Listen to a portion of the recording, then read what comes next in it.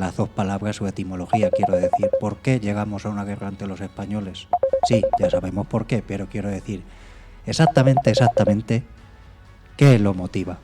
Porque, como ustedes sabrán y verán en los telediarios, cuando dos naciones o una misma comienza un periodo de lucha interna, ya sea por un golpe de Estado, ya sea por falta de poder, ya sea por el exilio de algún mandatario o porque muere un dictador o cualquier cataclismo, a veces no llega a guerra civil, a veces es simple y llanamente unos días de desconcierto, unos días de abusos de poder o de falta de orden, pero no, aquí al menos en Ciudad Real, que es lo que yo conozco, los ciudadraleños pagamos el conflicto internacional. Y digo internacional porque, como ya saben, estábamos en el periodo de la Segunda República Española.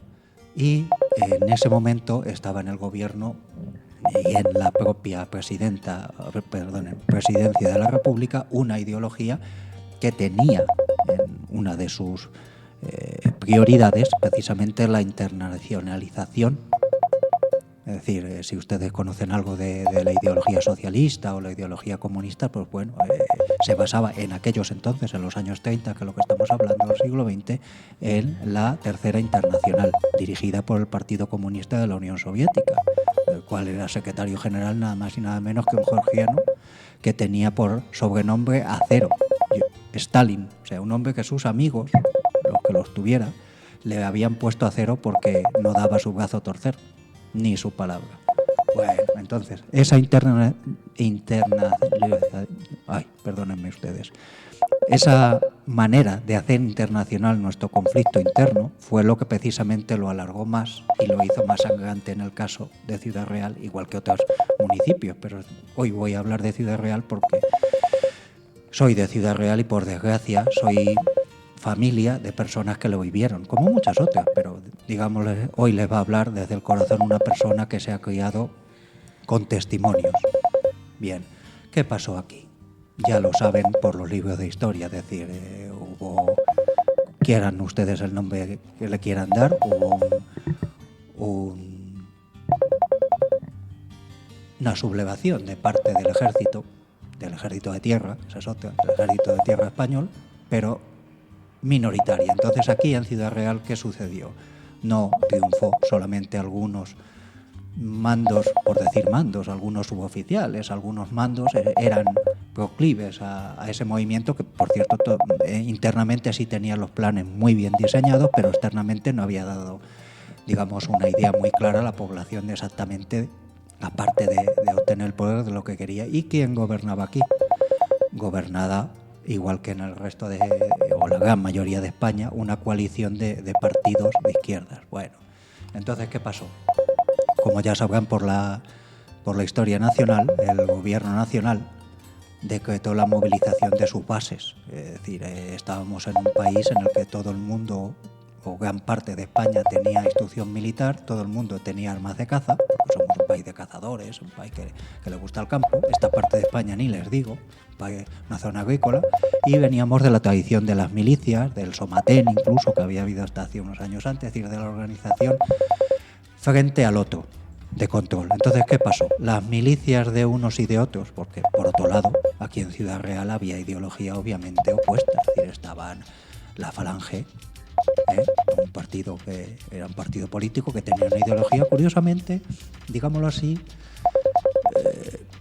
entre dos aguas, al menos en palabras del propio José Antonio, uno de sus fundadores, ¿de acuerdo? Era un partido que pretendía una revolución nacional sindical, entonces ya esas palabras, pero fíjense, nacional, no internacional, como lo pretendían otros partidos de otro aspecto. Y luego estaba Comunión Tradicionalista, el nombre ya les indica, estaban los carlistas, curiosamente en Ciudad Real, es decir, partidarios muy lejanos de don Carlos María Isidro, que llevaba ya 70 años muerto. Pero bueno, a ver, eso es como todo, cada cual tiene su ideología. Había partidos de la CEDA, es decir, la Confederación Española de Derechas Autónomas. Bueno, o sea, no solamente en Ciudad Real había una ideología, estaban todas las ideologías prácticamente. Por eso les digo lo de internacionalización del conflicto entre ciudadrealeños por parte de potencias extranjeras. Nunca olviden esto, eso está demostrado. El Comintern soviético, o dirían hoy en día ruso, pero soviético, ¿de acuerdo?, ayudó a que esas milicias se organizasen y se armasen, porque es lo que les digo. Como ustedes ya saben, el 17 de julio se subleva parte del ejército de África con sede en Melilla, al mando del teniente general del ejército de tierra, de Francisco Franco Bahamonde. Eso es sabidísimo, o sea, no traigo nada nuevo. Pero, ¿qué pasa aquí en Ciudad Real? Curiosamente se declara en toda España una huelga nacional de trabajadores. Claro, de luego no va a ser una huelga nacional de parados, esto no es ningún chiste, pero es decir, una huelga nacional el 18 de julio. Y en Ciudad Real y otros municipios, pero en Ciudad Real se secunda, es decir, es una cosa curiosa. Por eso el 19 de julio es, como me decían algunas personas, son los primeros tiros aquí en Ciudad Real y no el 18, no por el retraso de hora, porque, digámoslo así, para empezar, no, sino porque el día 18, digámoslo así, no había habido mucho que hacer, aparte de que, bueno, el gobierno nacional insistía en que era algo muy minoritario y que no pasaría en el estrecho de Gibraltar. Bueno, por eso les digo la internacionalización, porque efectivamente el ejército de África, al ser ejército, no tenía armada, no tenía manera de atravesar esos 15 kilómetros, como se imaginarán, ¿de acuerdo? Entonces, bueno, eso es parte que ya es sabida, cómo pasaron el estrecho de Gibraltar, ¿vale? Pero aquí en Ciudad Real, ¿qué pasó? Entonces, en la Casa de los Corcheros, un nombre que para una fábrica de tapones de corcho en una provincia agrícola, ¿no? Una provincia vitivinícola, se dieron el encontronazo, vamos a decir así, los primeros tiros, las personas que eran de ideologías totalmente opuestas y no podían ya en esos días convivir, ¿de acuerdo? Se dieron los tiros entre algunos seguidores de la Falange. Recordar que el presidente y fundador de la Falange estaba preso en la ciudad de Alicante, José Antonio Primo de Rivera, hijo del teniente general de infantería Miguel Primo de Rivera, que había sido un dictador, vamos a decir así. Había presidido un directorio militar y civil durante unos años, hasta que lo dejó, digámoslo así, ¿no? Dimitió.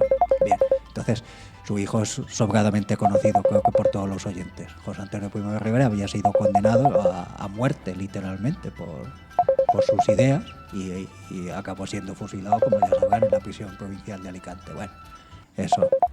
Entonces, ¿qué pasó? Entre las Juventudes Socialistas Unificadas, que era el nombre que recibían la unión de las juventudes del Partido Socialista Obrero Español y del Partido Comunista Español, se dieron por lo que les digo, unos disparos con resultado de heridos. Y claro, la autoridad, que todavía había autoridad en Ciudad Real, la autoridad gubernativa me refiero, es decir, las fuerzas del orden, entonces, a cargo de los guardias de asalto, digámoslo así, los abuelos, por decir, de la Policía Nacional, y la Guardia Civil, que en ese momento no tenía esa responsabilidad de orden público en la ciudad, ¿de acuerdo?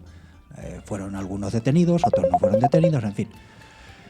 Hubo heridos y ya empezó, que es a lo que les voy a decir, y ya saben ustedes, empezó la larga noche de abusos y de desastre, porque en pocos días la Guardia Civil de Ciudad Real, que había sido concentrada, toda la provincia me refiero, las unidades de toda la provincia de Ciudad Real, unos 500 hombres, y sus familias algunos, habían sido concentrados en el Colegio de San José de Ciudad Real, pues tuvieron que partir a defender Madrid. Es decir, el gobierno de la nación nos dejó, digámoslo, tirados, en pocas palabras. Si ustedes han visto esa escena tan evocadora, por lo deja claro, de lo que el viento se llevó, no la de la chica diciendo que no, esa que están en Atlanta y se va el ejército y dice, este es el último resquicio de orden que quedaba, ya no va a haber más que pillaje, dice el protagonista masculino. Pues eso más o menos contaba una persona, familiar mío, que más o menos pasó. Quiero decir, él no había visto todavía esa película porque se estrenó unos años después de lo que él vio, pero vio más o menos lo mismo que en esa película. En cuanto a pillaje, en cuanto a vandalismo, en cuanto a violaciones, en cuanto a ruptura de cualquier orden social, incluso entre los propios miembros de fuerzas y cuerpos de seguridad del Estado, como se llaman hoy, fuerzas del orden entonces, porque la policía, entonces de paisano, el cuerpo de vigilancia, que así se llamaba, investigación, lo que llamamos hoy en día la Policía Nacional, pues algunos desertaron y otros fueron, digámoslo así, pues muertos, asesinados. Lo mismo sucedió con algunos mandos, incluso del cuerpo de guardia de asalto, que había sido fundado por Manuel Azaña Díaz, que era ministro de la Guerra y desde luego lo había hecho, digámoslo, a su imagen y semejanza y control, y aún así algunos miembros de ese cuerpo republicano totalmente, pues fueron puestos a custodia, y otros directamente pues fueron asesinados. Esa es la palabra. Ustedes saben que cuando se mata a una persona con intención se llama asesinato en cualquier código penal de cualquier nación. Homicidio también se dice. Bueno, entonces, ¿qué pasó?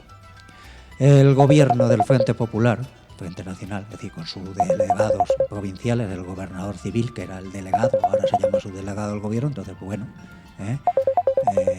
pues organizó, por orden del gobierno, unos batallones de milicianos, por supuesto socialistas, quiero decir por supuesto porque era la ideología que defendían y en la que estaba en el gobierno, ¿de acuerdo? Y se organizaron 3 batallones de voluntarios. ¿Qué es un batallón? Una unidad de combate, generalmente de infantería, de unos 300, 400 hombres, les digo. Además hay fotos. Estos batallones no llegaron a llenarse, porque la gente, una de las cosas que hizo el gobierno, al no fiarse del ejército de tierra, fue disolverlo, literalmente, también disolver la Guardia Civil, y entonces se creó el llamado ejército voluntario.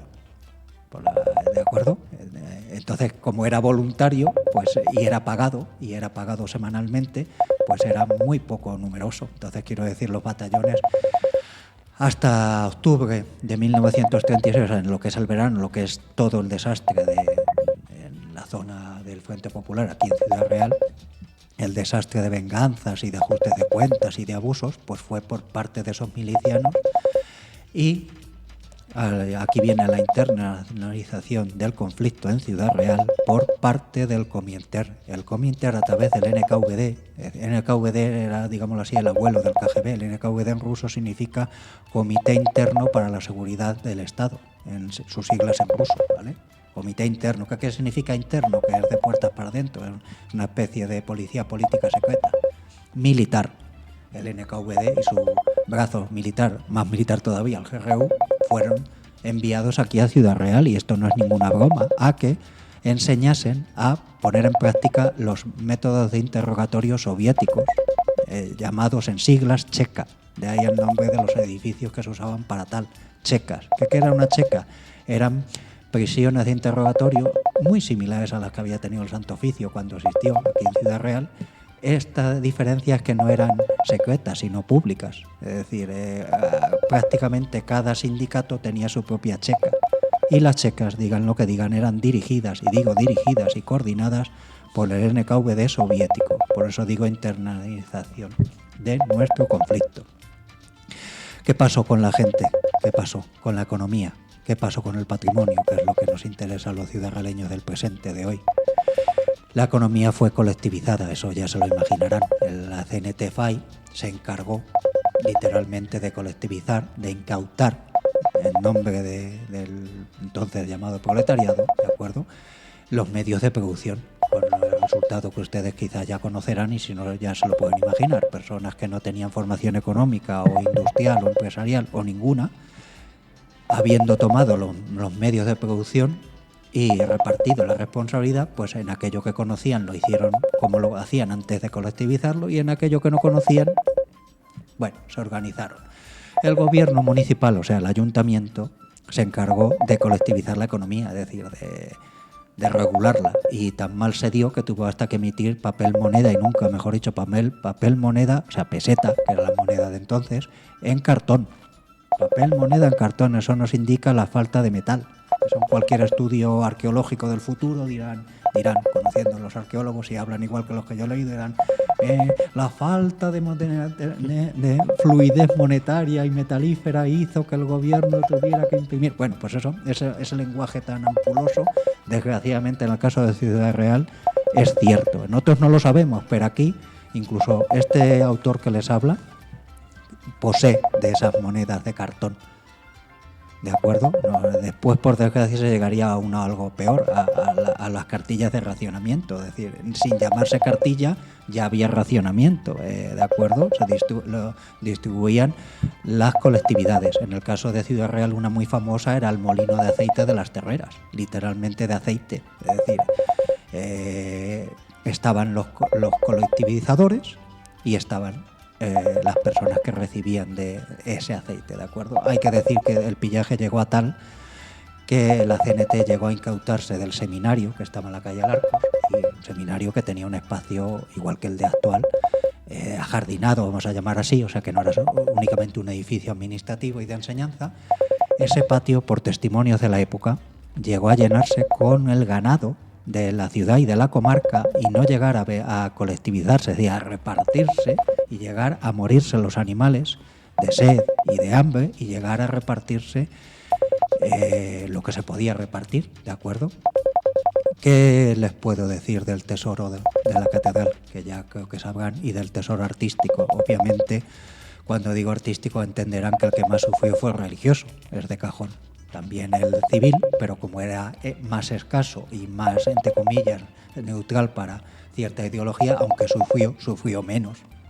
Pero nuestro tesoro artístico, que lo era, les recuerdo que en la Exposición Universal Iberoamericana de Sevilla de 1929, en el Pabellón de España, solo se expusieron 2 objetos del tesoro artístico español. Uno de ellos era un cuadro de Velázquez, sobradamente valorado para estar ahí y representar la historia artística de España, y el otro era el portapaz de Uclés, que se custodiaba por orden del rey Alfonso XII en la Catedral de Ciudad Real, y por orden del rey Alfonso XIII, y yo he visto la orden escrita, se pedía a la empresa aseguradora británica Sotheby's, ¿vale?, que lo valorase, y lo valoraba en 1.000.000 de pesetas. 1.000.000, eso hay que ponerle 2 ceros más cuando había pesetas, y ahora después ya lo pasan a euros. 1.000.000 de pesetas de 1929. Solo se expusieron esos 2 objetos. Piensen por qué. El de Velázquez está sobradamente justificado, el otro también, pero quiero decir, habiendo más catedrales en España que la de Ciudad Real, he sabido que hay más que la de Ciudad Real, ¿por qué se expuso ese? Se puede hablar mucho de eso. ¿Y por qué fue robado? En julio de 1936. Por desgracia, un familiar mío estuvo presente como testigo en ese traslado, porque en origen fue un traslado, o la versión gubernamental era un traslado para ser custodiado y valorado. Vinieron joyeros de Córdoba, de Madrid, de Toledo, porque no tenían suficiente confianza en los de aquí para tasar ese tesoro de 5, y le digo 5 arcones, que es el testimonio que me dijeron a mí hace ya muchos años. Me dijo un testigo presencial, 5 arcones que al pesar tanto eran llevados cada uno por 2 hombres y tener que pararse 2 y 3 veces desde la catedral al templete, que es donde había un camión Ford para llevárselos, ¿de acuerdo? Eso os lo digo, un Ford, esos camiones que se ven en las películas norteamericanas de Buster Keaton, ¿vale? Digo, cuando marchaban, ¿no? Ahora son reliquias, ¿vale? Ahora están en museo, bien. Camión, si no me equivoco, de 3 toneladas, pero bueno, no había 3 toneladas de oro y plata y joyas. ¿Qué era el tesoro de la Virgen del Prado? Básicamente era el depósito de los exvotos de la devoción popular y municipal del Ayuntamiento de Ciudad Real y de los ciudadrealeños, sobre todo la nobleza de Ciudad Real y la aristocracia militar. Durante año a año habían ido depositando monedas de oro y plata desde Alfonso XI hasta Alfonso XIII, incluido José Bonaparte. Ese tesoro fue, vamos a decir, cambiado de sitio, porque no podemos decir el verbo, pero ustedes ya lo saben, y apareció parte de él en 1999 en un solar en la calle Toledo. Parte de él se expone en el Museo Provincial de Ciudad Real, porque las monedas de oro de José Bonaparte no pueden ser, como dicen algunos estudios por ahí, de la casa de cuentas ni de ninguna casa de nada, puesto que solo son del periodo napoleónico y solo estuvieron 3 años las tropas de José Bonaparte en Ciudad Real y están nuevas, ¿vale? Pero bueno, ¿qué pasó? Hubo el periodo, ya les digo, que ya saben, de pillaje. Perdieron su vida muchos religiosos y religiosas en Ciudad Real y de Ciudad Real, esa es otra. Incluido, y nada más y nada menos, el tristísimo récord del obispo, que encima, dicho por los testimonios de la época, era un hombre piadoso y caritativo. No quiero decir que por ser obispo no tuviese que serlo, o que no tuviese que serlo. Quiero decir que estaba demostrado, murió asesinado, por supuesto, en las cercanías de Peralvillo, las cercanías de la Atalaya, como lo quieran ver, la Cuesta Colorada, ¿vale? Según testimonios, y sufrió martirio, eso se lo garantizo, quiero decir, por los testimonios orales que recibí de personas que lo vieron con sus ojos, o sea que no fue solo habladurías. Su secretario es sobradamente conocido.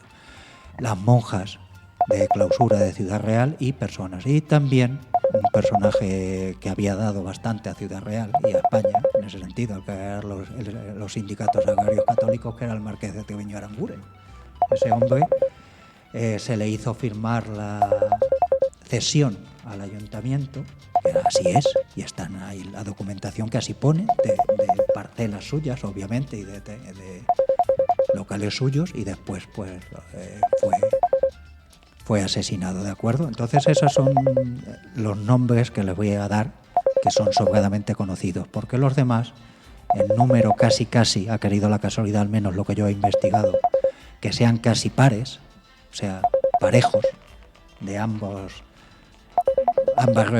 ideologías, en ese momento encontradas y azuzadas internacionalmente, también, hay que decirlo así, porque aquí en La Mancha somos tierra pacífica y Ciudad Real, ya les digo, hasta que no entraron las milicias de otras localidades como Almagro, como Valdepeñas, no empezó la gran matanza. Aquí hubo unos tiros, se reprimió porque era legal reprimirlo por parte de las fuerzas gubernamentales, y en cuanto las fuerzas gubernamentales fueron trasladadas a Toledo, a Getafe, a Talavera de la Reina y al Cerro Garavitas del Parque del Retiro de Madrid, desapareció el orden en Ciudad Real. El orden y la ley, nunca mejor dicho. Y empezó una larga noche, ya les digo. ¿Qué internacionalización sufrimos aquí también?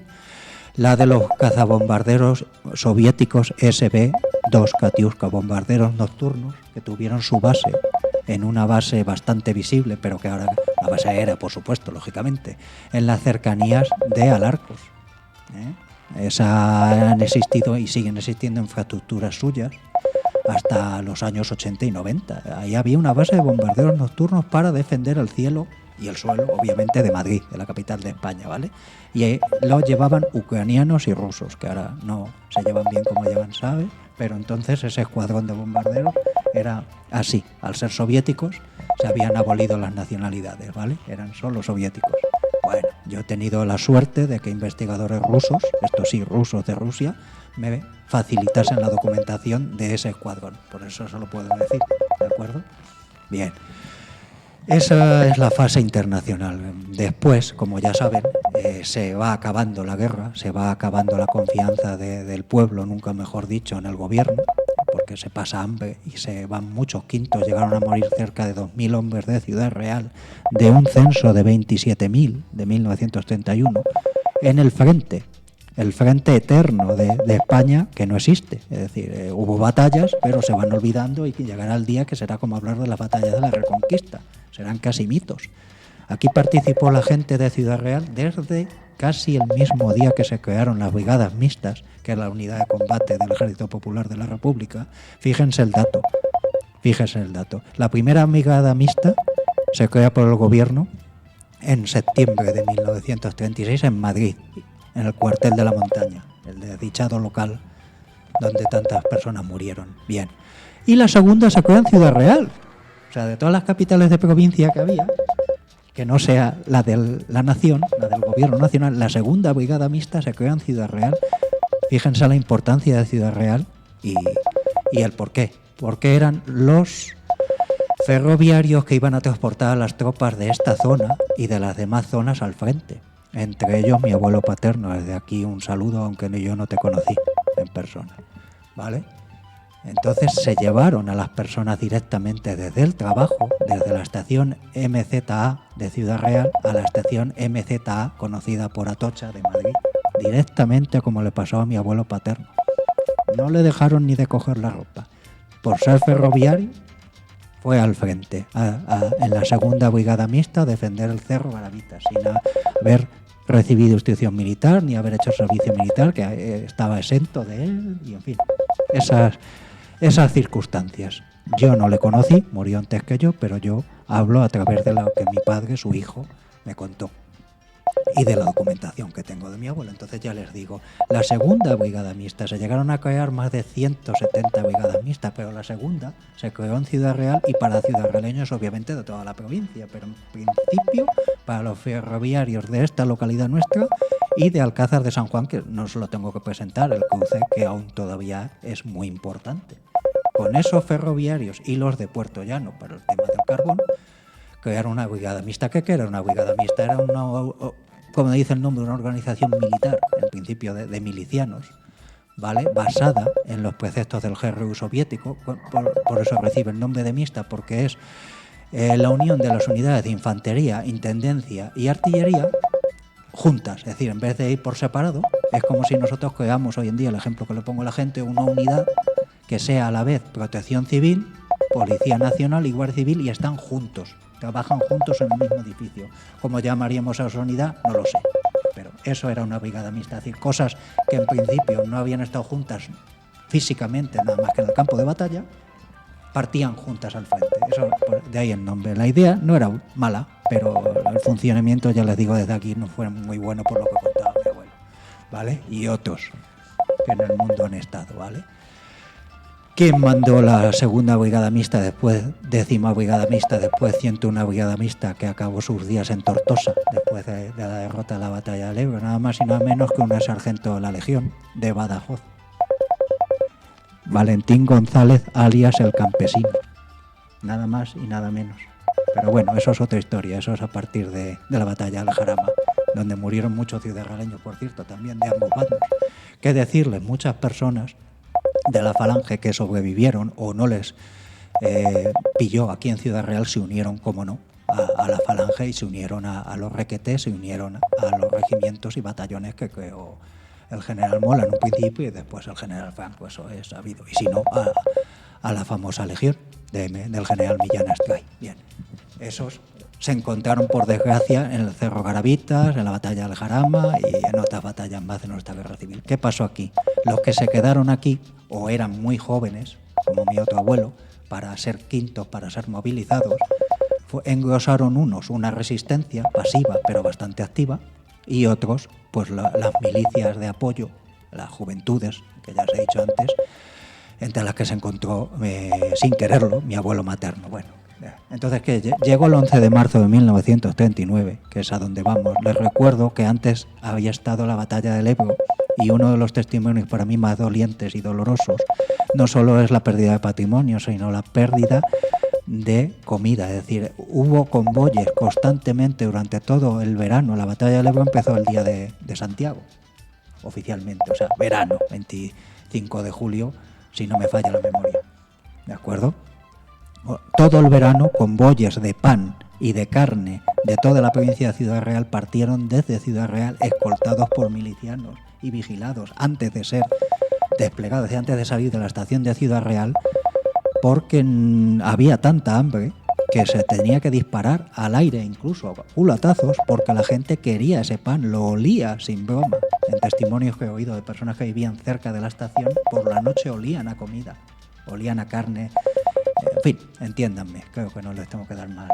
Entonces un familiar mío estaba vigilando y tenían que disparar al aire, porque había 70 vagones de ganado llenos de hogazas de pan y llenos de carne seca y llenos de carne en lata y llenos de acuerdo, de comida que iba para el frente, para brigadas mixtas que estaban defendiendo obviamente su zona del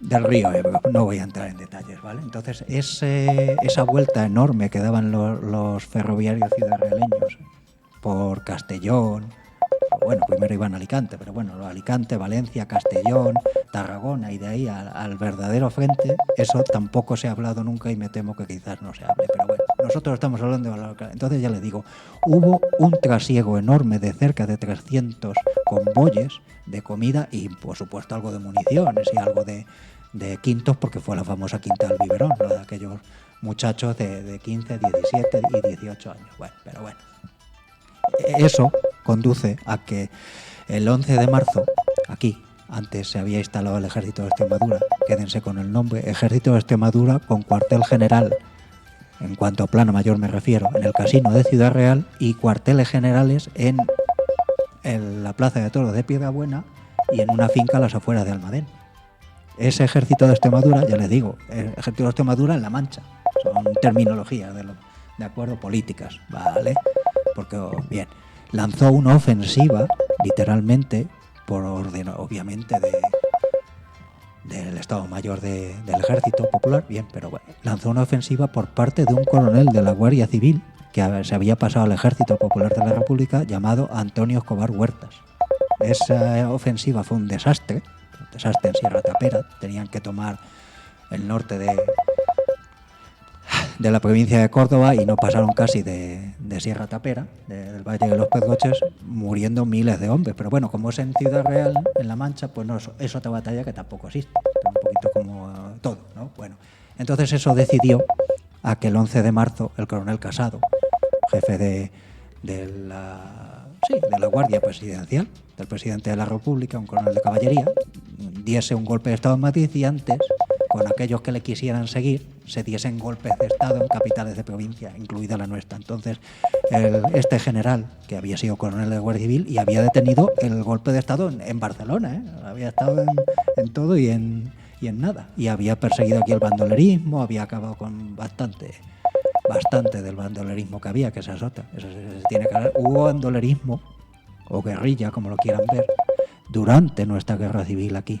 O sea, ya bastante tenía la gente con subsistir que tenía que hacer frente a bandoleros. Bueno, entonces, el 11 de marzo, quédense con... No había otra fecha, ¿verdad? El 11 de marzo de 1939, la orden del ejército de Extremadura es tomar el Palacio Rojo, llamado así, perdonen el nombre, Palacio Rojo, es el nombre que le daban popularmente la gente al Palacio Episcopal de Ciudad Real, porque era la sede, como no, del Partido Comunista de España y Juventudes Socialistas Unificadas, y de acuerdo, y de cuáles era uno de sus líderes, Benigno Cardeñoso, muy conocido entonces aquí y no precisamente por buenas acciones. Eso lamentablemente está demostrado. No vengo yo aquí a dar nombres de personas que no se tenga demostración. Sí, ya sé que pueden decir que los testimonios están arrancados, es posible, pero cuando hay tanto testimonio, quieran creer lo que quieran, son libres. Bien, les digo, hubo un asalto coordinado militarmente por las milicias socialistas y por el ejército de Extremadura. Se colocaron 2 ametralladoras Maxim rusas, ¿de acuerdo? 2 ametralladoras bastante potentes, de esas que salen en todas las películas de la Unión Soviética, ¿verdad? Bien, de la Segunda Guerra Mundial. Bien, una en la Torre de San Pedro y otra en la Torre de la Catedral, para hacer fuego cruzado, en palabras de mi abuelo, y que no asomasen la cabeza por la ventana, porque ellos ya tenían sacos terreros para petarse y, atención, sacos de legumbres. O sea, tenían toda la incautación dentro para repartirla y ellos no se les ocurrió otra cosa que para petarse detrás de legumbres. O sea, sacos de legumbres, sacos de 50 kilos y 30 kilos de legumbres puestos en el enrejado del primer piso y planta baja de ese edificio. Les digo que lo que ahora son edificios modernos, entonces era un huerto que daba por detrás al Paseo del Prado. Bueno, pues el combate no duró ni media hora, porque claro, 2 ametralladoras Maxim a toda potencia arrojan 500 balas reforzadas a unos 700, bueno, a gran velocidad, y no hay persona que lo resista. De hecho, ahí pueden ver el producto de ese ametrallamiento en el enrejado de ese edificio, porque se le forzó a que no salieran y alguno que salió se quedó ahí. Entonces, 2 tanques también soviéticos T-26, modelo T-26, que era lo más moderno que tenía entonces España, no la Unión Soviética, ¿vale? Tenía el KV-1 y ya tenía casi en el 39 el famoso T-34, pero bueno, eso es otra película, ¿vale? Otra historia. Asaltaron a la vez y uno de ellos adelantó para la puerta y el teniente que lo mandaba lo pagó con su vida. Recibió un disparo en el pecho y murió. Entonces el otro enfiló y entró por el enrejado del huerto entonces que tenía, y entró por la pared, que es una táctica que por desgracia la verán ustedes ahora en los telediarios, porque es muy vieja. Los carros de combate, o también llamados tanques, no solo son artillería móvil, sino que son, digamos, los modernos arietes.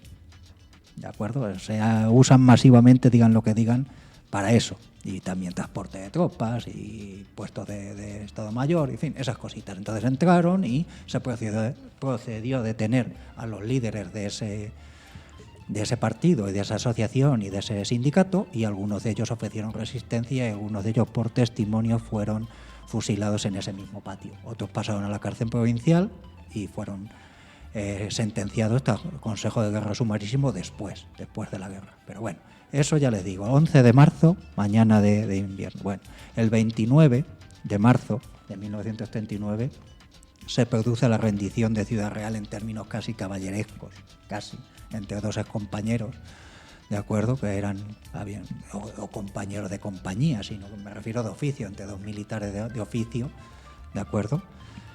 A las afueras de Ciudad Real, cercano al Matadero, ¿vale? En el camino de Sancho Rey, más o menos, para entendernos. Por ahí se produce el encuentro entre el general Yagüe, José Antonio Yagüe, y el general Antonio Jobar Huertas. El general Yagüe era jefe del tercio de la Legión, y el otro señor había sido hasta ese día el jefe del ejército de Extremadura. Entonces, bueno, ahí queda prisionero y ya pendiente de Consejo de Guerra. Se rinden los oficiales de esa plana mayor, que son concentrados en la Plaza del Pilar y son llevados en camiones, 30 camiones, junto con sus pertenencias y con toda la documentación de ese Estado Mayor, de esa plana mayor. Les recuerdo que estaban en los sótanos de nuestro casino.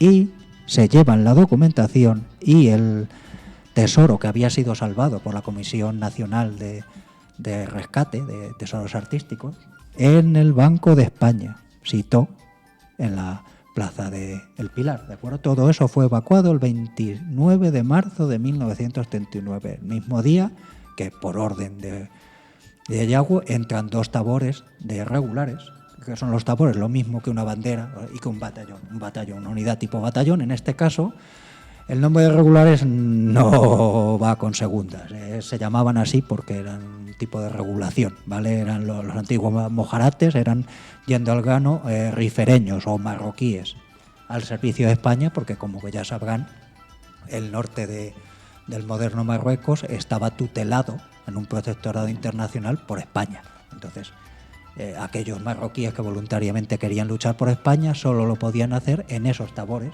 de regulares, con sede en Melilla, ¿de acuerdo? Y que bueno, aquí se entran nada más y nada menos, no dos tabores completos, entraron dos jarcas, que son compañías, dos jarcas que se asentaron, pusieron su base en Las Terreras, hasta el año 40, ¿vale?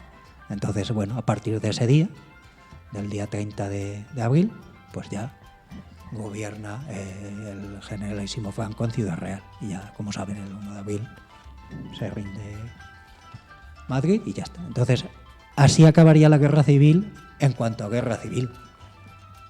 Así. ¿Qué les voy a contar? Perdimos el 95% del tesoro religioso, histórico, el 95%. Se salvaron cosas que, como me decían personas de entonces, no pudieron romper. Literalmente, algunas fueron humilladas, me refiero a las figuras, la documentación incluso, es decir, tesoros incunables que se tenían en la biblioteca de Ciudad Real se usaron como parapeto para las balas, se vendió el papel o se usó para envolver comida, literalmente en el mercado de abastos. Piensen en envolver sardinas, y no lo digo en broma, me lo decían personas que las habían tenido que vender so pena de muerte.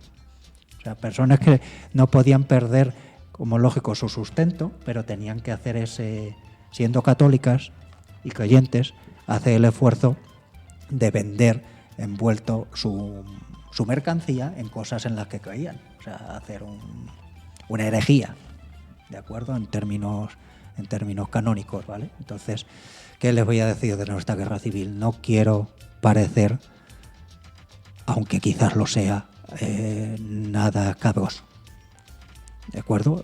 Al acabar la guerra, por supuesto, con el Código Penal en la mano, que era el mismo, era el de la República, el de la Segunda República. El Código Penal nunca se les olvide, con pena de muerte para los homicidios y para los sublevados. Sí, salió una ley de responsabilidades, de acuerdo, pero ya les digo, aquí se metió, incluido a familiares míos, ¿de acuerdo? En la cárcel, y no cupieron, la prisión provincial, tuvieron que habilitar la plaza de toros y sobre todo la granja agrícola, la granja de ingenieros agrónomos, que no estaba, la prisión me refiero donde es el barrio de la granja, sino donde ha estado el polideportivo, el Instituto San Juan de Ávila, todo eso era la granja de peritos, o sea, la de experimentación. Eso fue la cárcel provincial número 2, tanta gente metieron ahí que ya fue cárcel, porque el otro era un lugar de concentración y retención, nuestra plaza de toros.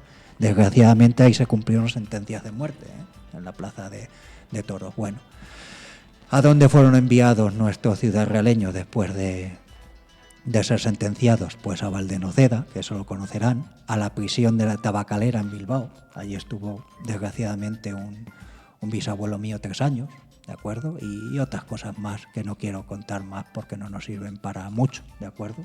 Entonces, ¿qué pasó? Las personas que volvieron del frente, algunos encontraron que no tenían familiares, o no tenían casa, o no tenían...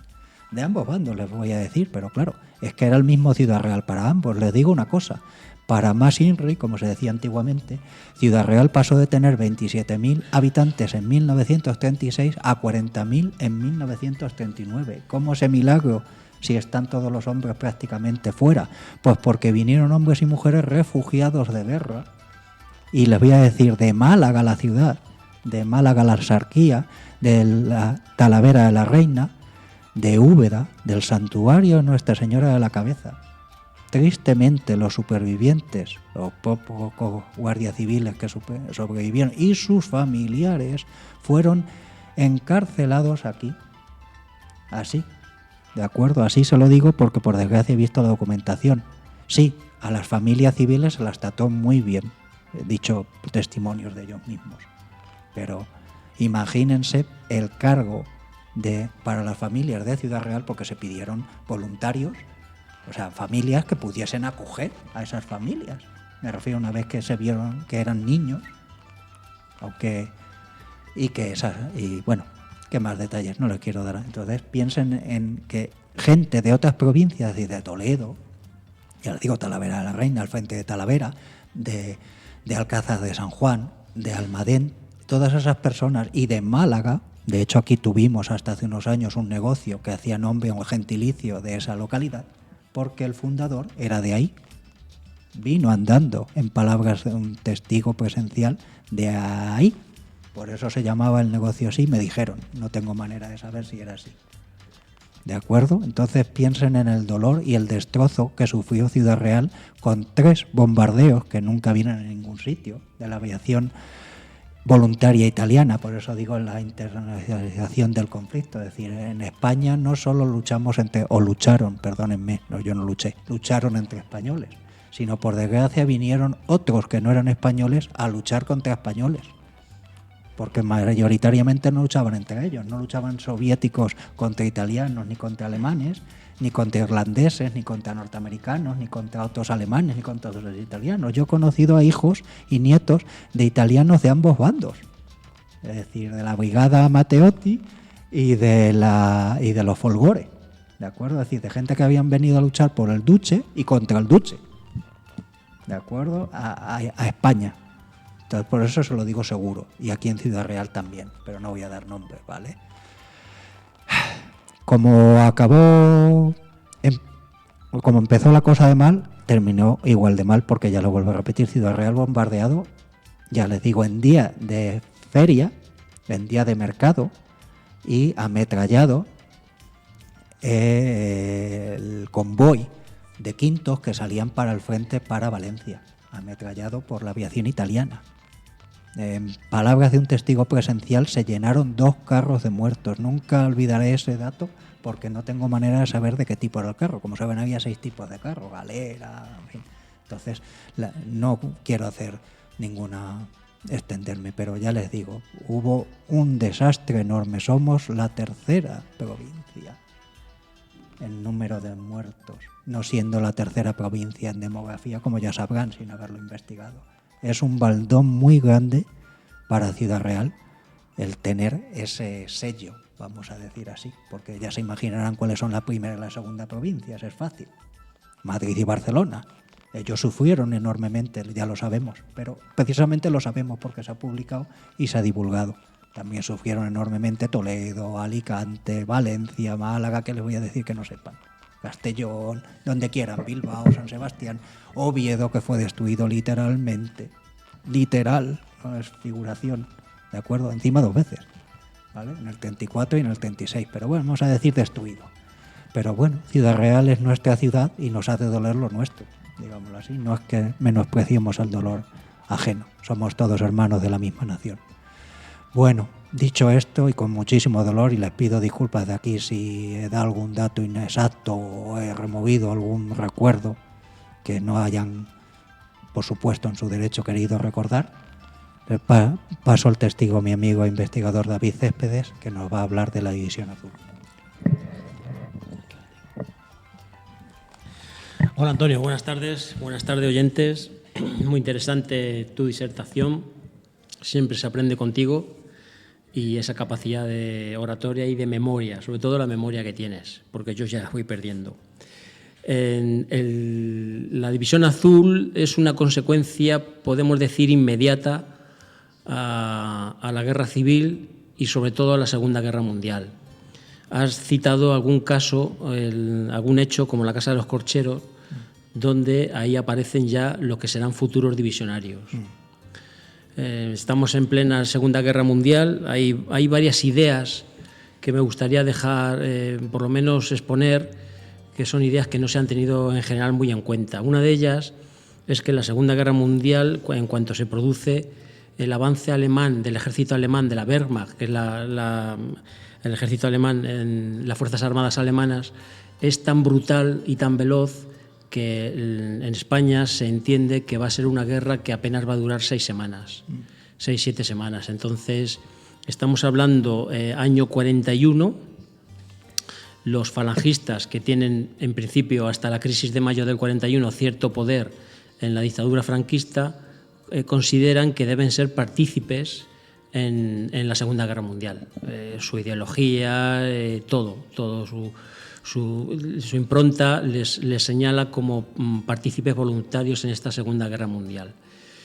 Una idea que yo he intentado reflejar en el libro que he publicado recientemente es que la División Azul no surge como una devolución de favor hacia Hitler por la participación de la Legión Cóndor en la Guerra Civil. La División Azul es un ofrecimiento que hacen los falangistas, por medio de Franco, como es lógico, y de Serrano Suñer, hacia los alemanes. Ellos quieren participar y necesitan, digamos, la invitación de los alemanes. De tal manera que el 24 de junio del año 41 se recibe un telegrama a las 9:20 de la noche donde von Ribbentrop, el ministro de entonces de alemán, accede a la participación española en la Segunda Guerra Mundial. Y esta se traduce en una división militar. Estamos hablando de una gran unidad, no gran unidad por elocuencia, sino gran unidad por tamaño. Desde ese momento se organizan en las distintas poblaciones de toda España los llamados banderines de enganche. Estamos hablando de finales de junio. En principio es una división dirigida solo hacia militares. La recluta va a ser solo para militares. Pero en cuestión de horas se decide que van a participar, como es lógico, los falangistas. ¿Por qué? Porque quieren ser protagonistas de esa guerra que en cuestión de 6 semanas los alemanes tomarán Moscú y, digamos, darán por finiquitada la invasión de la URSS. Los banderines de enganche se produce una recluta de forma espontánea en todas las poblaciones de España. Ciudad Real, curiosamente, ha sufrido durante la guerra civil que ha puesto ahora Antonio una represión llamada represión republicana, represión frente populista, como queramos, brutal. Estos hijos, nietos, hermanos que han sufrido la muerte de su padre, tío, abuelo de manos de los republicanos, son los primeros que corren a alistarse en lo que es la División Azul, o también llamada, su nombre oficial es División Española de Voluntarios. ¿Por qué corren a ese alistamiento? Porque han sufrido de primera persona el asesinato de un familiar en temporada de guerra civil, en los 3 años de la guerra civil, porque Ciudad Real permanece prácticamente toda la guerra civil en zona republicana. Consideramos que este primer alistamiento es plenamente voluntario. Aquí surge otro tópico que se ha ido pasando de boca en boca, de historiador en historiador, que nos quiere hacer creer que la División Azul, por lo menos este primer alistamiento, que es el masivo de 17.000 hombres, es un alistamiento para, como decía Berlanga, para lavar el pasado republicano de mi familia, cosa totalmente falsa. He podido demostrar con documentos, con la documentación guardada en el Archivo General Militar de Ávila, que este primer alistamiento estamos hablando de un porcentaje casi del 90% de adscritos a Falange, y si no a Falange, a sus organizaciones satélites, a Acción Católica, a las Juventudes de Franco, a muchas organizaciones que guardan en principio la ideología de Falange o de la derecha, aunque son cosas totalmente distintas. Bien, en este alistamiento se producen las primeras poblaciones de la provincia, y son todos luego ya, según sean derivados, artillería o infantería, a Calatayud o a Logroño, donde allí se distribuyen. Ahí digamos que empieza lo que es la División Azul. Estamos hablando de alrededor de 1.000 ciudadrealeños, en concreto 967 que yo haya podido censar, que participan del total de 45.000 hombres, 45.000 españoles que participan en la División Azul. Hasta entonces nadie había estudiado el tema. La División Azul es un tema medianamente molesto tanto para familiares como para historiadores, en el sentido que ellos apoyan a las fuerzas alemanas, al ejército alemán, al Führer, a Adolf Hitler, lo apoyan, pero en la lucha contra el comunismo. Esa es una importante idea que debemos tener en presente.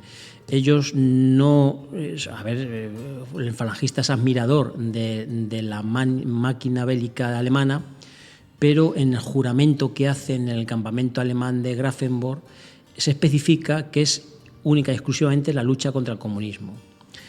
Como sabemos, el resultado final de la Segunda Guerra Mundial, que la ganan el bloque, digamos, aliado, Estados Unidos principalmente, Inglaterra, la División Azul luego pasa al olvido, y estos tópicos se han ido repitiendo de manera continua. Sigo un poquito con lo que es el devenir de estos 1.000 ciudadrealeños. En general, las familias han sido poco reacias, digo en general, ha habido casos excepcionales, pero han sido poco reacias a colaborar con este estudio provincial. En principio porque no querían que se identificara a su familia con lo que es un divisionario, pero, como bien digo, hay casos excepcionales. Ha habido los 3 últimos divisionarios de la provincia que han colaborado profundamente con todo lo que ellos sabían. Los he podido entrevistar, ellos me han aclarado el problema de la voluntariedad y algún aspecto más. Y así enlazamos con el segundo reclutamiento, que ocurre entre febrero y mayo de 1942. Ya no podemos considerarlo un reclutamiento masivamente voluntario. La guerra se alarga más de lo normal. Los ciudadrealeños, junto con el resto de la División Azul, van a pasar un primer invierno en la URSS al que no estaban preparados. El ejército alemán no consideraba que fueran a llegar al invierno, y los ciudadrealeños, en testimonio directo y de forma indirecta por diarios que dejaron escritos, en ese primer invierno pasan hambre, pasan frío, y las bajas empiezan a ser ya algo cuantiosas. Esa información llega a España, esa información llega a Ciudad Real, y curiosamente esa información no llega por medio de las autoridades franquistas, sino que llega por medio de la BBC, de Radio Andorra, también llamada Radio España Internacional, tenía un nombre, y las familias empiezan a enterarse de lo que significa mandar a un voluntario a lo que es la URSS. Por eso, a partir ya de este segundo alistamiento, no encontramos casos tan excepcionalmente voluntarios, que lo sigue habiendo, eso es cierto. Ahora vamos a encontrar lo que las familias han denominado casos por necesidades económicas. Eso es creíble, puesto que los soldados tenían 2 sueldos, tanto del ejército español como del ejército alemán, sueldos considerables. Necesidades, alguno lo ha tachado de romanticismo, necesidades de aventura, y aquí vamos a empezar a encontrar casos de dudosa voluntariedad.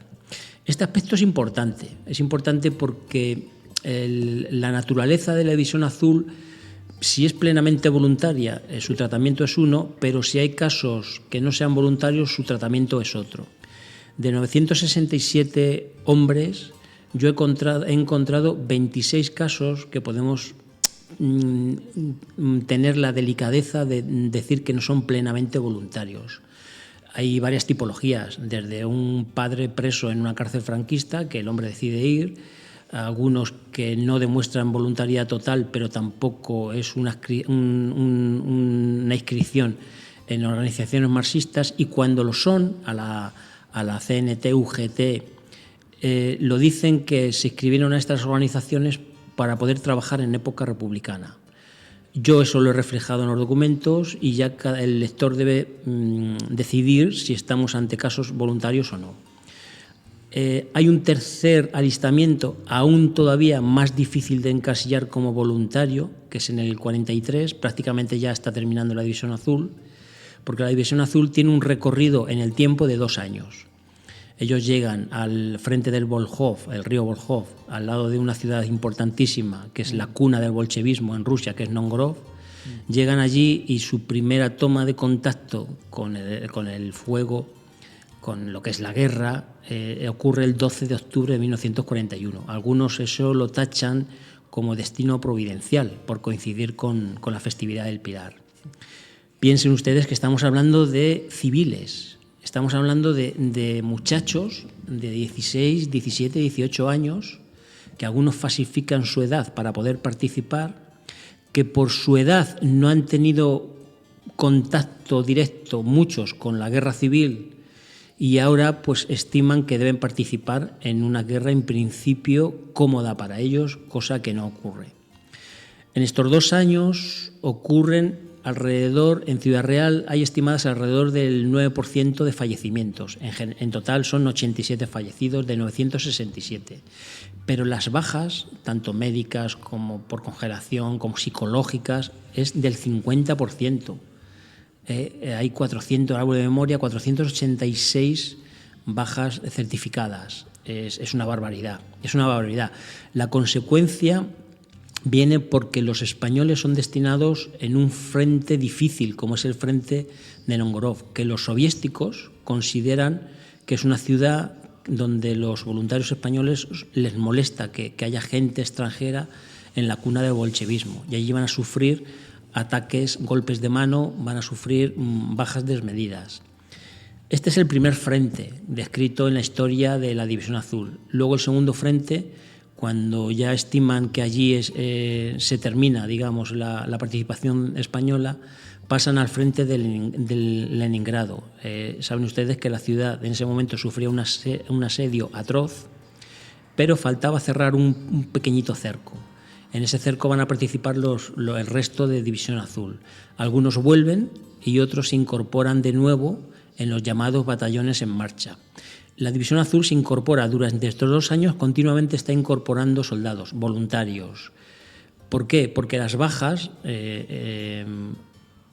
ayudan a estimar que hay que reponerlas. Entonces se van haciendo esos alistamientos que ya no son, digo, tan masivos como lo eran al principio.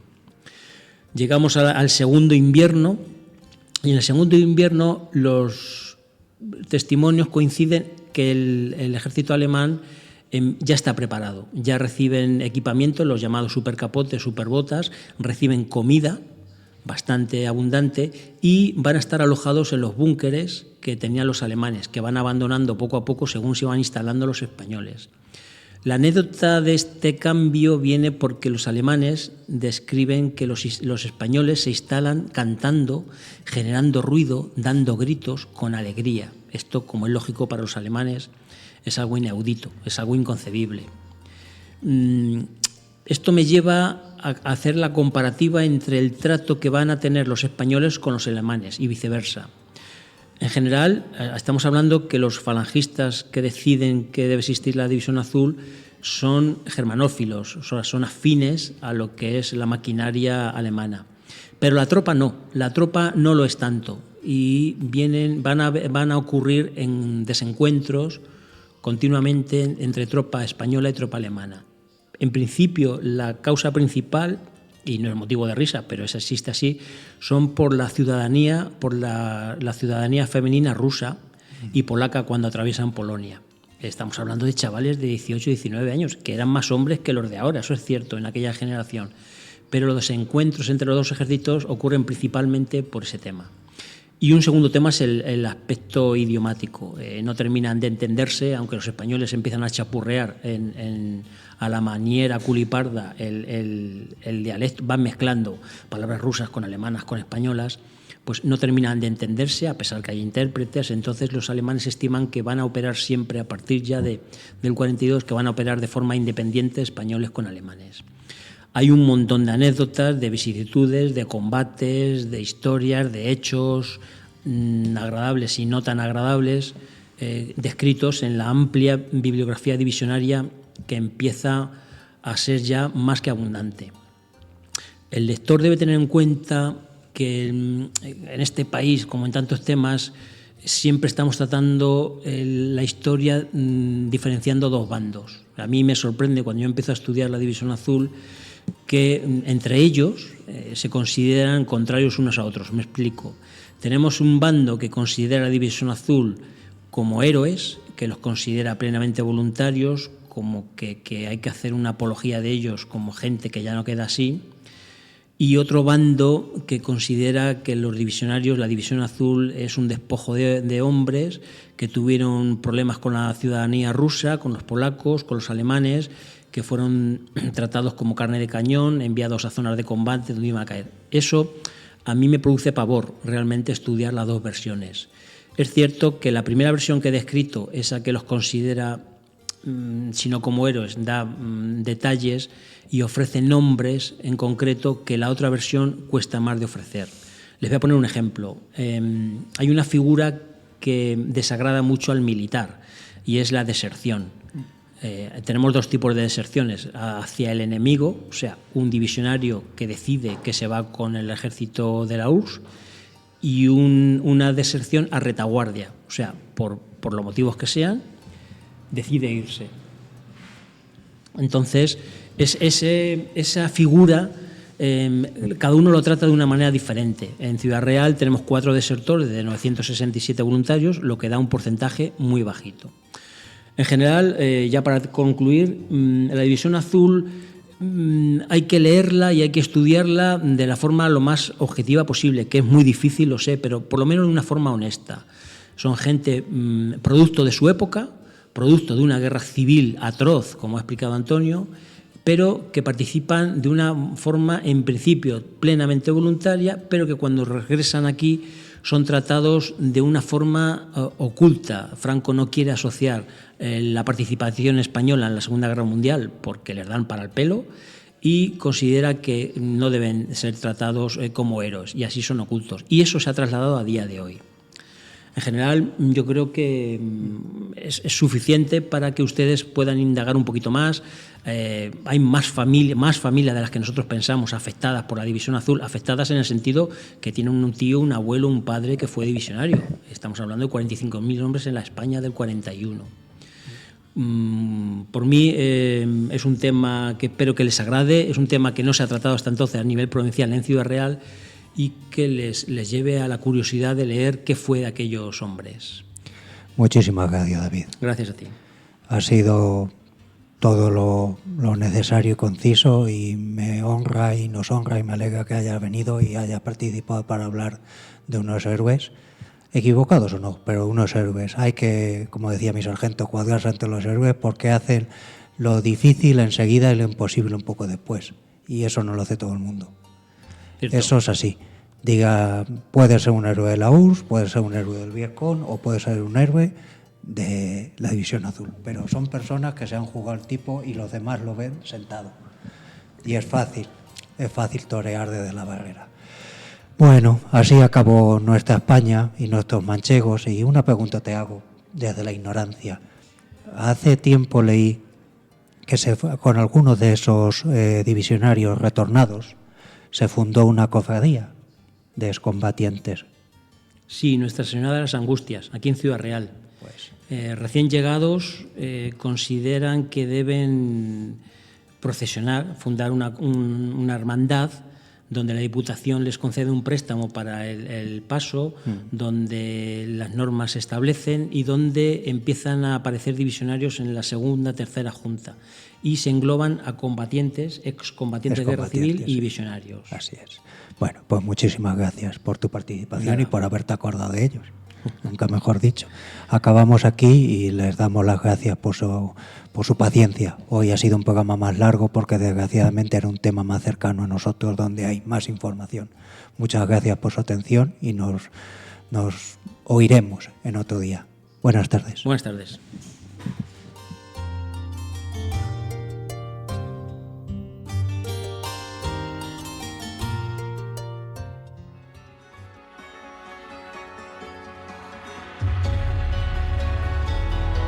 Has escuchado Crónicas de Ciudad Real, presentado por Antonio J. Martín.